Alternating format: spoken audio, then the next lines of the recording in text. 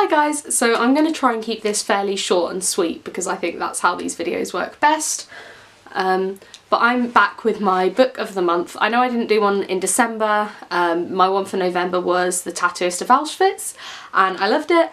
But the one for January is This Is Going to Hurt by Adam Kay.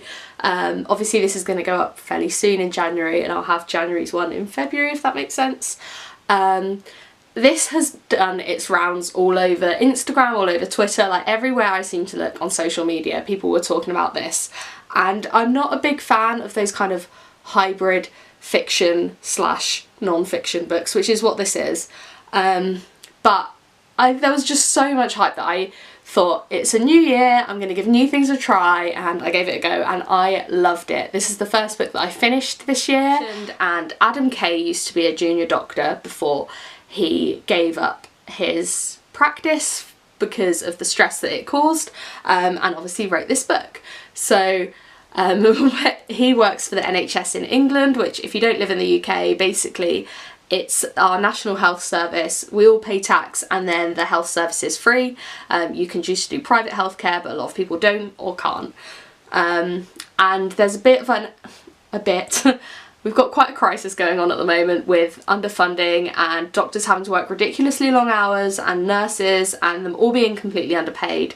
But yeah, Adam Kay kind of takes this sort of humorous but quite gritty insight into it. He works as a gynecologist slash obstetrician, so he basically works helping people give birth most of the time, and he talks about instances where he's the most senior person in the room and he has no idea what to do because something's going wrong. He talks about humorous stories with people getting objects stuck in places where they shouldn't be, and then he also kind of talks about things that happen where it goes wrong, either pregnancy or birth or people struggling to conceive. So it is a very, very moving book in many aspects. I'm trying not to spoiler it too much, but he basically talks about how one night he gets pulled over by the police because his driving is so erratic,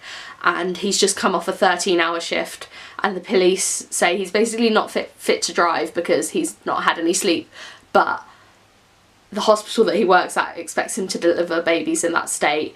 And he talks about how, yeah, basically there's this kind of crisis of care because doctors and nurses are being forced to work these super long shifts and they're not given breaks, they don't have, their home life really suffers, and how something's going to crack and it's going to be the care that they're able to give. So it's quite a scary insight into things, but it shows how much times need to change and how there really is this massive crisis. And I think we hear about it on the news quite a lot, but it's very important to have this personal touch. We hear about the struggles in his relationship because he has these massively long shifts and if he's not there, he needs to sleep. So yeah, I would completely recommend this to basically anybody. It's just a general adult fiction novel. Obviously, if you're quite young or quite squeamish, there are some bits in here where it's quite graphic. But one of the most interesting things that I found is it was a little different working with it on my Kindle, but there were footnotes or endnotes, I'm not sure which, and basically they had like a lot of medical terms described, and I found it really insightful because it meant that you weren't bombarded with all this medical jargon and expected to know it and you had to then Google it or look it up in a dictionary. Yeah, it was just so good and so accessible, and I loved it, and I would, yeah, definitely recommend it. And I'm going to give it 5 stars, obviously. And if you have read it, please let me know what you thought of it too. And that's it. I hope you enjoyed that video. I really love filming these kind of spotlight videos, and I hope you like them too.